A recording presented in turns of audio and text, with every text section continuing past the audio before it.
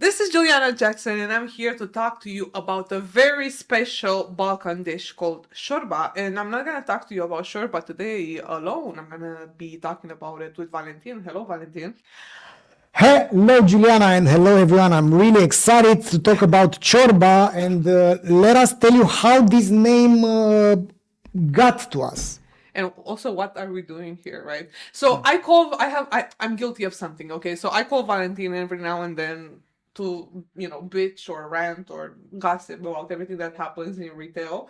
And of course, I do it in a very specific Balkan way. We can be very intense people, Yeah, passionate. We're very passionate people. and opinionated. Opinionated. So I said to Valentin, like, if we do this on the phone, why not doing it, online? Maybe people would like to hear our opinions, right? So we decided to name it Chorba, and I promise you, this is not a cooking show. And although Valentin can make a very interesting broccoli salad, I ate it. Remember when you did that broccoli salad? Yeah. Still kept it in my mind.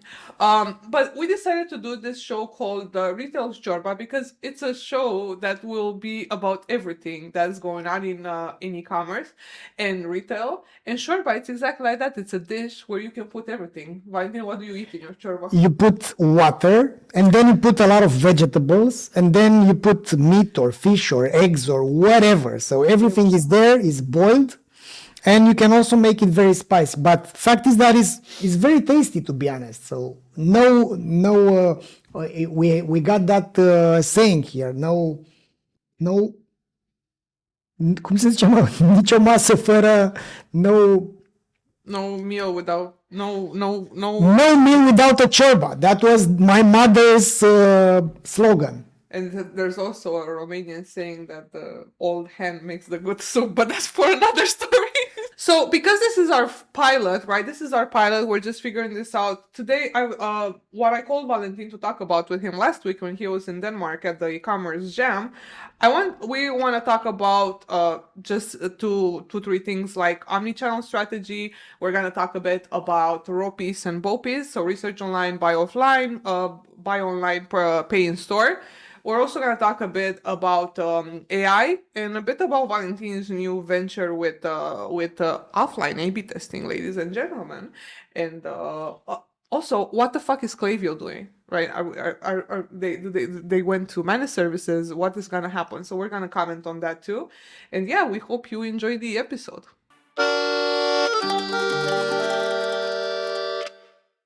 So what we definitely can promise is that this is not going to be the stiff, boring, blah blah blah that happened, but we will add our own spicy things into what's going on. We have a thing here in Romania. Actually, it's called Chorba or Chorba. We don't know if it's a course which is being international or not. Fact is that we throw all the vegetables and meat or fish or whatever into that Chorba, so, but it's tasty at the end. So basically, we're gonna do this retail Chorba with our own flavors in it.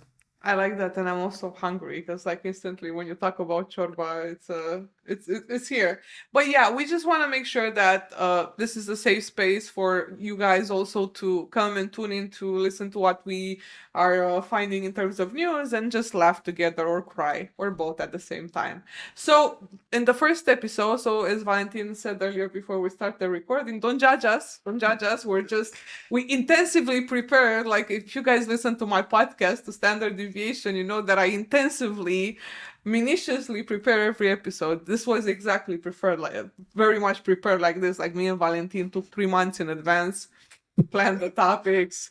We have Flo here filming us, and we're very well prepared. But I was actually thinking today, Valentin, let's see if you like this. Do you remember that back when we used to work together in 2019, 2020, everyone was just like dropping mad, like this is the future of e-commerce. This is what's gonna happen in 2023, 2022, 2024. But like this year is the first year where I don't see too much fuss on social media about like what's happening next. So actually the only guys that I found that actually have some sort of I guess thoughts or opinions just Like magic balls, like this is what's gonna happen in e-commerce. from the future of e-commerce, especially this guy, Gert Lehman. I don't know who he is, but I do like that they released this article called E-commerce Trends for 2024. And I was thinking maybe, just maybe, if you want to talk a bit about this one. So I kind of, some of this stuff I already spoke about on LinkedIn, like research online, purchase offline, or buy online, pick up in store. I know you have your own opinions there, but I would like to start with the first one. So, like, according to Gert and the future of e-commerce, seamless omni-channel experiences will make or break online retailers in 2024. Basically, ever since 2023, people just went back in stores to purchase, right? So they don't just purchase online, they went back to the stores, they went back to a combined experience from online and offline.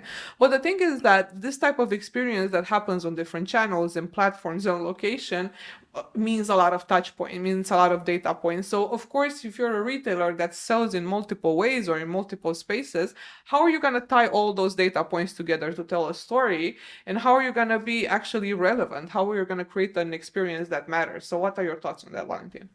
I think it's we are facing this for years. I mean, this wet dream of connecting the data and providing this type of meaningful, personalized, at scale experience. It's a promise that we've all been contributing on delivering to the market, but we're still far behind it, and that's happening due to all the mess and all the data hygiene and all the crap, to be honest, which is happening on large companies.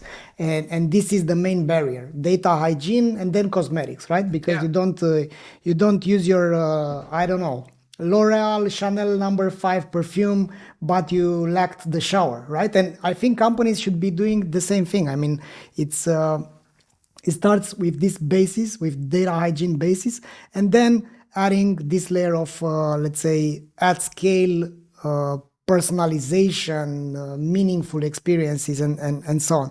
But and another thing which I think is important to address is the fact that we still have these orgs, which are having this siloed, right? They have the digital team, they have the data team, they have the X team, and they are all having this, let's say, disparate KPIs.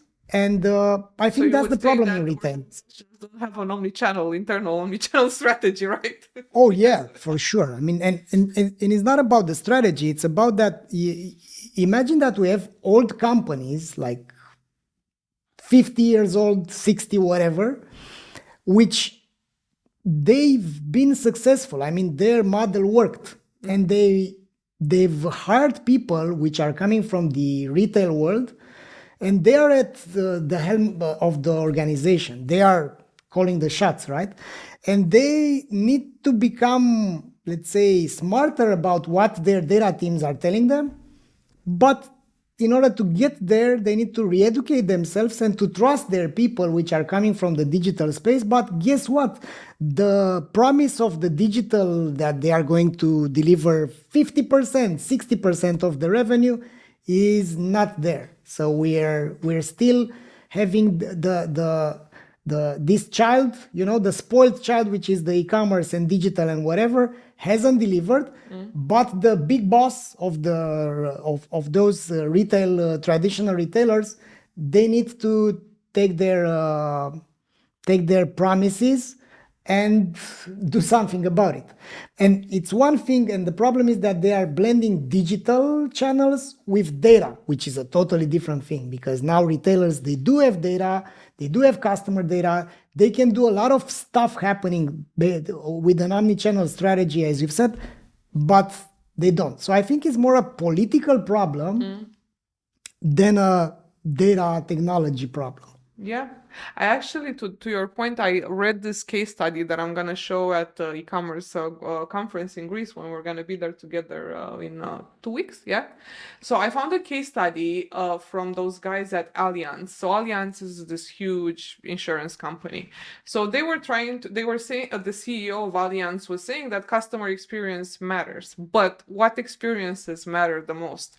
So they created this squad of people that track NPS across all the touch points with their clients. So, and they created a specific team that all their jobs, all the work that they need to do is to monitor NPS, see if there's any like deviation in the NPS score, and then you have people that proactively reach out to their customers, to Allianz customers, to see what was their experience, where was it, what caused them to detract or what caused them to promote.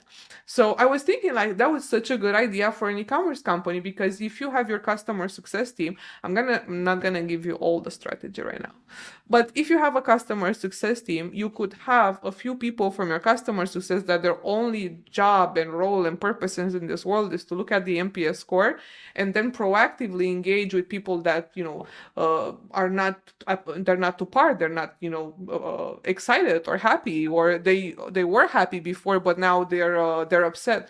And the thing with NPS is that you don't have to do NPS just for digital. You can do NPS in store, you can do NPS on the app, you can do NPS wherever you are. The thing is that you have to have people that actually track the experiences that matter the most, and you have to have people that track the satisfaction over time. And then, okay, you track it, good job, here's the cookie, but what are you going to do about it? So you do need these people to actually take action. So as Valentin said, sure, you have the data, but what are you going to do about it? Did you know about this Allianz case study? No, but it's great. It makes me feel like a visionary, because when we made this integration back in 2020 with Gorgias, this Gorgias, real-time objection treatment, as we called it, like to get data, to trigger a ticket instantly so that the customer success or customer support turn into a profit center rather than a cost center. Yeah. So yeah, I think it's a great thing, and it's based on this narrative that marketing is just a part of it. It's just a part of the chorba, right? Exactly. So it's not the whole thing. You can call it the water, but you still... The leuștean. Yeah, which is like a herb, which is kind of sour, to be honest. But my wife loves it. So and chorba is better thanks to leuștean. So marketing is a part of it, but customer experience and the product parts are important as well. I mean, these are vital. And one thing too, before we move to the next topic, let's see if we can cover all of them today. But one thing that it's important is that, okay, and back to what you said, Valentin, okay, you want to have a healthy, I guess, solid omni-channel strategy across all the platforms and channels that you sell. But the problem is that you need to also focus internally to be aligned, because if you're unaligned internally, you'll never be aligned externally. So like, as you said, political issues, silos, you need to try to fix for those first, because otherwise people will see in the way you present yourself, which is your marketing, or in the things that you say or do, which is your marketing, how actually unaligned you are internally. So let's go to you see, Valentin, I'm already getting used to your studio stuff. I'm excited. Okay, so of course we need to talk about AI. Okay, we're gonna talk about AI. So AI is revolutionizing e-commerce. 3 hours later. Yeah, in the meantime, so what happened? In the meantime, Juliana just randomly said, oh, I have a call, and she did like this, and the coffee is not here, by the way. But come on, go on. Yes, I did that. But, oh, my hair is messy. Okay, there we go. I'm back. Okay, so how can I recover from that? So the second point here that Gert makes is that AI is revolutionizing e-commerce. I mean, AI disrupted the economics of everything. It's not just e-commerce. I'm actually surprised this is not the first that omnichannel is. So, Valentin, I mean, of course, I have a lot of thoughts about AI. I work for an agency that won the AI award of the year, like AI Agency of the Year by Adweek. But for online retailers, Gert says here that AI can be powerful because it helps them personalize experiences and recommendations, optimize everything from supply chain logistics to inventory management, fine-tune their digital marketing strategies, and reach their target audiences more effectively. So it says here that 97% of businesses are investing in big data and AI, and 91% of top businesses report having an ongoing investment in AI, which they're hoping to increase. So Valentin, what's your experience with your clients right now with AI? Like, what's the adoption looking like? So there are huge investments made in AI. It's a buzzword, and it's for sure it's contributing to growth on some aspects, but of course, there are the downsides as well, because it's still a work in progress. We've been seeing these chatbots, that made Air Canada to pay some money to a customer that was pissed off because the chatbot promised something which wasn't in their terms and conditions, but Air Canada needed to pay it. So there are pros and cons, but the underlying factor which we should be well aware of is that this is gonna happen way more than it happened, because there are the big players, the big retailers that are pushing a lot of data. They have this luxury of owning a lot of data to train this type of models, whether we talk about personalization at scale or inventory management or even dynamic pricing. All of those things are going to happen, and I think in the future, I mean, the vision that I have is that websites will die. Websites will vanish because we that's can't. Spicy, Valentin. That's we can't use our fingers. That's chushka in the chorba. That's so for everyone that doesn't know what chushka is, it's a pepper that we put in our chorba when we're trying to be dangerous or we had too much rakia. Yeah, And it just needs to settle our stomach. So Valentin just made the. What do you mean? It's a websites? hot pepper. What do you mean websites are gonna die, Valentin? Websites are gonna die because, I don't know. Can you imagine that in 20 years from now, the kids are still going to use their fingers to type things so that they can have someone coming with the coffee, Yeah. These are not going to be happening anymore. I mean, it's a medium, and as we are seeing what the technology does to us, it's getting closer and closer. I mean, we used to stay like 7 meters to look at our TVs, right? Yeah. And then we've got a remote. I mean, I'm coming from this moment I used to when have a stick like that because I had the buttons on. Yeah. I had the fishing. and you couldn't use the TV without it. Yeah.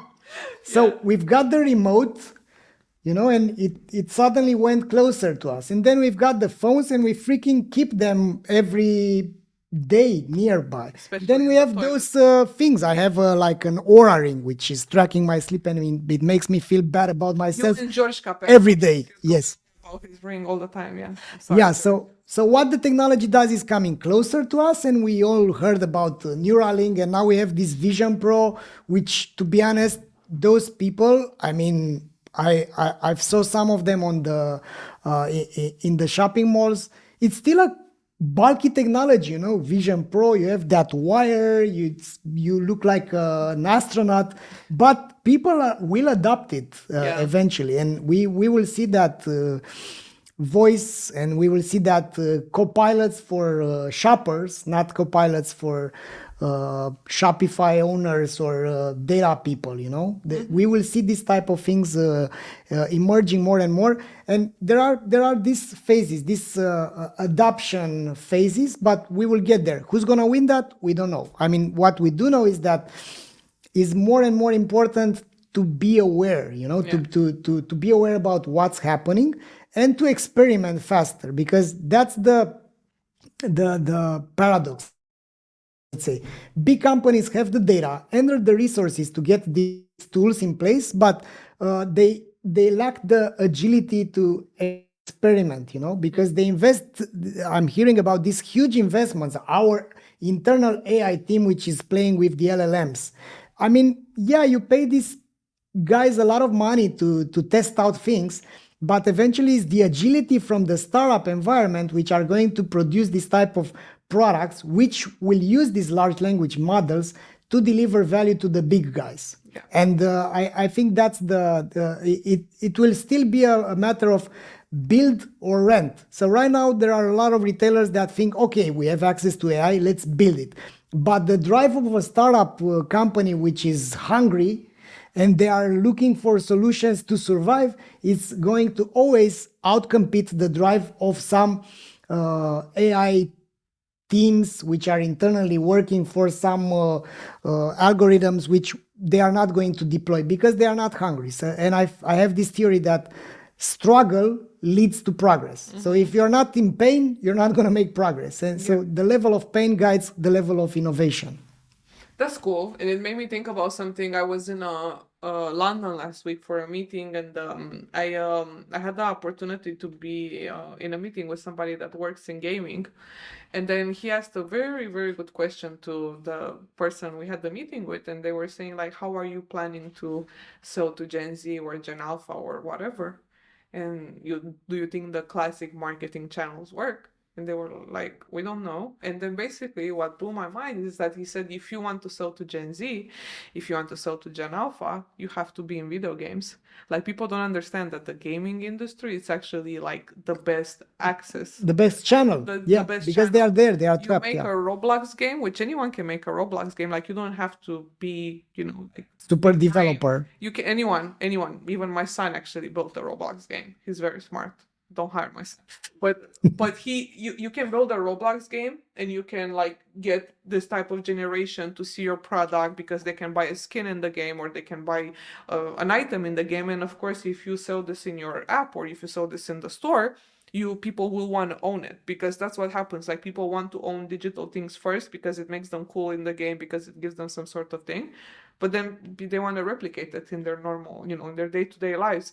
So what people don't understand is that we have this digitally native, audience right now. It's not all that's me and Valentin and Yeah. other people that are, we were born at the cow's tail, and like, people today are born in a world where everything is digital, so they only hear about things. Again, Allianz, actually, again, another, I can't believe I'm talking about them today, but they actually created the Roblox game to teach kids about the importance of insuring your goods, because in Roblox you do a lot of trades with your items. So a lot of people were scammed because you trade things and people scam you. My son also scammed people, horrible. But basically, to teach kids about the importance of insurance, Allianz created the Roblox game. And they taught kids that, you need to purchase insurance so you don't lose your items, because they really grind a lot for the items that they have in the game. So yes, like, AI is great, but it's also other ways you can get in front of the audience. And what pisses me off about AI is that people think this just came up 2 years ago. No, AI is a coined term that happened in the 50s by Alan Turing. Yeah, AI, we just didn't shit AI like 2 years ago. It didn't just happen. So it's people don't understand that machine learning, deep learning, generative AI are part of are living under the artificial intelligence umbrella. So like, this is just a part of it. Generative AI is just a very small part of it. It's very likely that you already did AI. If you run multi-arm bandit tests, that's AI. It's machine learning. If you're doing programmatic ads, that's AI. If you're doing RFM segmentation, that's still AI. So there's a lot of things that we already do. So it's very likely that you have done some sort of AI thing at some point in your life. But generative AI gives you the opportunity to, build different content, build different experiences based on it. But you still need existing data. You still need historical data, because the model will only learn from what it is and what it was, to be able to create new things. And a new pattern. I don't think we have time for all this stuff. No, we don't. But that's for sure. Let's choose one more. Oh, I actually want to talk about Ropis and Bopis, because I know, he's gonna hate me for saying this, but Valentin is building this offline A/B testing tool. So I'm just trying to get him into any opportunity to talk about it. So Valentin, hold up. Let's see. Okay, so wake me up before you go. That's what it says here. So we have Ropo and Bopis. I posted on LinkedIn about Ropo and Bopis some while ago. I will drop the link in the episode notes, and you can find it there. But basically, Ropo is research online, purchase offline. So for instance, you want to buy a couch, right? You would research online about the couch. You will go on Reddit, read people's, reactions, whatever, and then you end up going into the store and purchasing it because you want to see the item before you spend money on it. And then you have Bopis, which is you buy online and you pay in store. So for instance, you can, or we have eMag here, right? So if you can, eMag is one of the biggest marketplaces in Eastern Europe, and I think they're going also Central and Eastern Eastern Europe. So on eMag, you can purchase a phone, or you can purchase something, and you can pick it up from the showroom, and you can pay in the showroom. So that's kind of like just an example. Or you, for instance, if in America, you can go to Walmart and do your groceries, and you can pay them when you go and pick them up in the store. So that's what it is. So they have some interesting data here. Let me see what it is. So basically, they were saying that with consumers upending the customer journey, retailers might struggle to effectively track how and when their virtual user experience translates into sales, right? So for this, Valentin, the reason why I want to talk about this stuff is because you are currently working with a lot of retailers here in the region to solve for this with an offline experimentation tool. Yeah. So I would like for us in the last minutes of this episode to talk a bit more about why did you decide to do this and what are you hoping to solve with this? Well, it's a problem to start with. I mean, I haven't dreamt about this aspect, but I've got feedback from our customers, which they knew that we're advanced in terms of doing this customer analytics solution, and they asked us, but why can't we do experiments only online? What if we want to address our loyal customers, which are hybrid customers? They buy online and offline as well. What if we want to test in stores, right? So that's how I've said. And to be honest, that's it all started with this experiment. A large supermarket, a grocery retailer, they asked themselves, what if we can shrink the space that we allocate to toilet paper? Because it eats up a lot of real estate, a lot of space, but the revenue per square meter, because they pay rent, right? To have these huge supermarkets, they pay a lot of rent. And what if we can add other products which are smaller and which are generating higher revenue for us? And what is the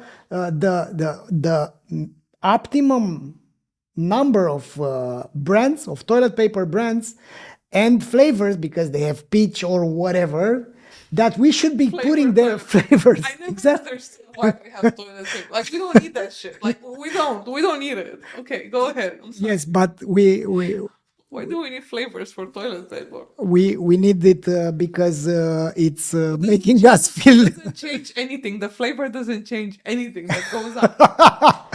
That goes down. Exactly.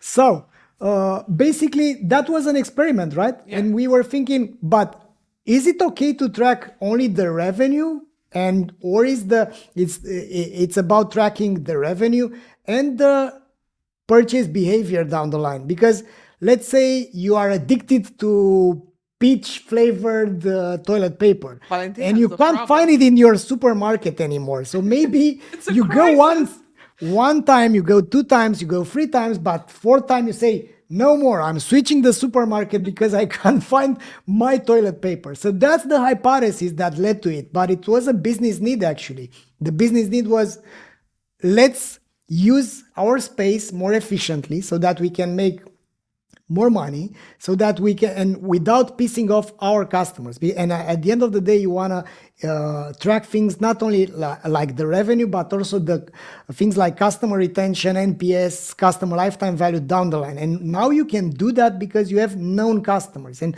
what we realized is, hey, we've built a customer analytics product, we've built an experimentation product for online. What if we could build an experimentation product for offline, right? Yeah. So for brick and mortar stores. And there we go. And now we are in beta, and hopefully we're going to come up with a lot of nice experiments like this one, right? But how are you gonna solve for randomization? Like, because you need randomization. Yeah.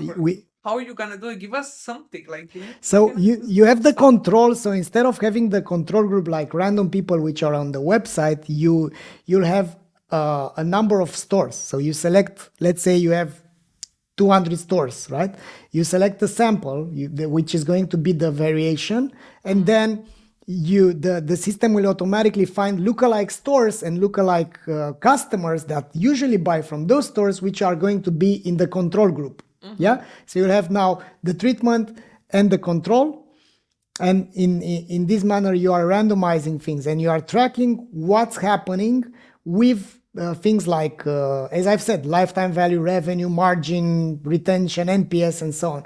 But of course, you need the minimal detectable effect, which is large enough. And that's why you can't simply replace something. You can't simply do small tweaks. But it's opened up a lot of experiments, because you could be way more agile as a big company if you have a large enough sample size of stores which are willing to test out things. And they are testing things anyways, but they don't have the statistical rigor and they don't have the agility to run these experiments faster, because at the end of the day, it's the environment is changing and how fast you are changing as a brand, as a company, as a retailer.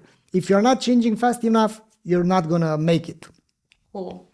I'm excited. I'm excited. I have a lot of questions about confounding factors, but I will try to spare you today, because I now that I took 3 hours statistics course, I feel like Matt Gershaw. But no, I don't. I'm not. Hi, Matt. Cool, Valentin. We have only a few minutes left. I know before we started recording, you told me about Tracio, that you're deeply affected. Well, I wasn't deeply affected. If you're living under a rock, Tracio is filing for bankruptcy, which means after they've raised, how much they've raised? So they've acquired 200 brands, is the largest Amazon FBA businesses aggregator, and they thought that if they will buy Vibe Percussion Deep Tissue Massage Gun stores and Circadian Optics Bright Light Therapy lamps brands and skincare products brands and mattresses products and back brace seller FlexGuard support and whatever and mattress protection brands, they will get them all together. It's like you and me, we decide, let's acquire some businesses which are producing AC remote controllers and phones and pens and then remote controllers for TVs. We'll blend them all together and people will buy because we will have the intelligence, and we will then address the ones that bought phones to buy pens. And it looks like it didn't work out. Yeah. Oh man, I wonder why. It was shocking, right? Oh, and also one thing. Oh, Valentin, like I was reading, Abhishek posted on LinkedIn yesterday. I hope I didn't mess up your name, Abhishek. But you posted on LinkedIn yesterday that is this announcement from Klaviyo that they're going into managed services. Shocking. Shocking. I mean, come on. Like, listen, my opinion. So the services are not meant for small and mid-sized brands. Like the services are definitely aimed at enterprise. Like this is classic when we were doing CRO together. Yeah. It's classic optimizer that were selling to very big, enterprises. They were selling managed services. So of course, for the small partners that like, because Klaviyo, the only reason Klaviyo is where it is because of the partnership program, is because so many amazing for sure email marketing people and agencies that we all know and love put them there. So for them to go into managed services is kind of like, messy. It's definitely messy, but I don't think that it's gonna really affect small and medium brands or like agencies that work with these guys. But for sure, for enterprise, like why would Klaviyo give the lead to a Klaviyo agency versus not keeping it the enterprise client to themselves and keeping that profits for themselves? So it's I wouldn't it's expected that they would do this because they did get a lot bigger in the years. Like when we started, remember, they were like interesting, but you also had Omnisend. A contender. They were a contender, but now they got probably like Shopify level almost in terms of awareness and adoption, but they increased prices maybe like a year ago or so, and now this was like a new next slap in the face. So what do you feel about that? And then we wrap up. I feel like this Klaviyo is a company willing to make money, right? So it's growth for the sake of growth. I mean, all that PR thing is good, but it's PR. Yeah, of course they grew thanks to their partner ecosystem. And on the other hand, big companies can't work with small agencies. Let's put that. And they don't want to lose big customers because they migrate to, I don't know, Salesforce or whatever other enterprise solution, which is, let's say, teasing them or trying to steal them from Klaviyo. When one is, they wanted to have, I think that's what they did, right? They wanted to secure their top customers which are paying, I don't know, it's not cheap to pay $30,000 per month in premium services and whatever, 100K per year in software, or even 200K.